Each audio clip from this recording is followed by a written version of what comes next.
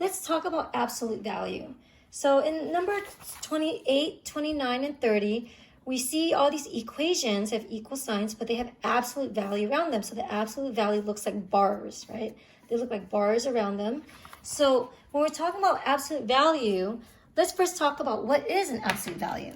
So an absolute value, I think some of you guys kind of think of absolute value as, oh, just make it positive, right? Just make everything positive. Well, what the real definition, yes, make everything positive, but what the real definition is, it's the distance from the origin or the number 0. So if I had a number line here, here's my number 0. If I had, say, the number 5, and I asked you, what is the absolute value of 5? So the absolute value means these two bars that are around it. What is the absolute value of 5? So here, the absolute value of 5 is really, what is the distance from 0 to 5? Well, the distance from 0 to 5 is just 5. Now, what if I said, what is the absolute value of negative 5? Well, the absolute value of negative 5, I would write it as this. The absolute value of negative 5, what is the distance between negative 5 to 0? Well, the distance is also 5.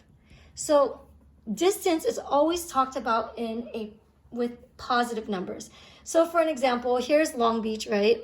Here's Long Beach. On top of Long Beach is, say, LA, and the bottom of Long Beach says Orange County, right? And if I asked you, if you live in LA, how far do you live? And you say, oh, I live about 30 miles from Long Beach. So I'm not sure it's 30 miles, maybe it's less, but let's just say it's 30 miles. So you would answer that question as, oh, I live 30 miles from Long Beach. So what if someone who lives in Orange County? Well, Orange County says another 30 miles from Long Beach as well, but you're going south. If you're going south, we don't say, I live negative 30 miles. We don't say that in the English language. We just say we live 30 miles south of Long Beach, right? But we just say 30 miles. So notice, regardless of the distance of where you live from Long Beach, the answer is always positive. So distance, when you talk about distance is always positive. And that's why absolute value is a distance from the origin, and that's why the answer is always positive. So as we talk about that, let's say now,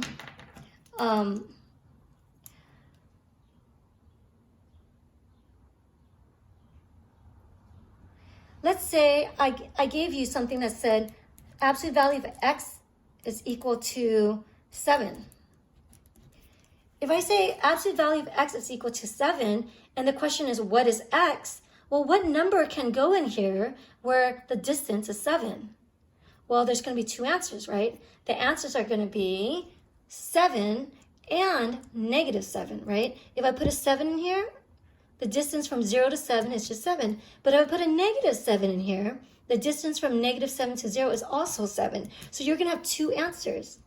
So your two answers are going to be that x is equal to 7 and negative 7.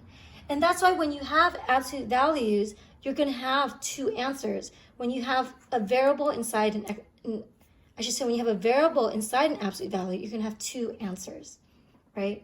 So one way of thinking about that is that if I have x is equal to a, so if x is equal to a, where a is just a number, then in general, you're going to say there's going to be two answers. There's going to be one answer where if you remove the absolute value, it's just x is equal to a. In other words, x is just equal to 7. So if you could just ignore the absolute value and just say x is equal to a. The second option will be where x is equal to the opposite of a, which is negative a, right? So here, whenever we have absolute values, think to ourselves that we want to make sure that we have two paths, one for the positive version and one for the negative version inside of here.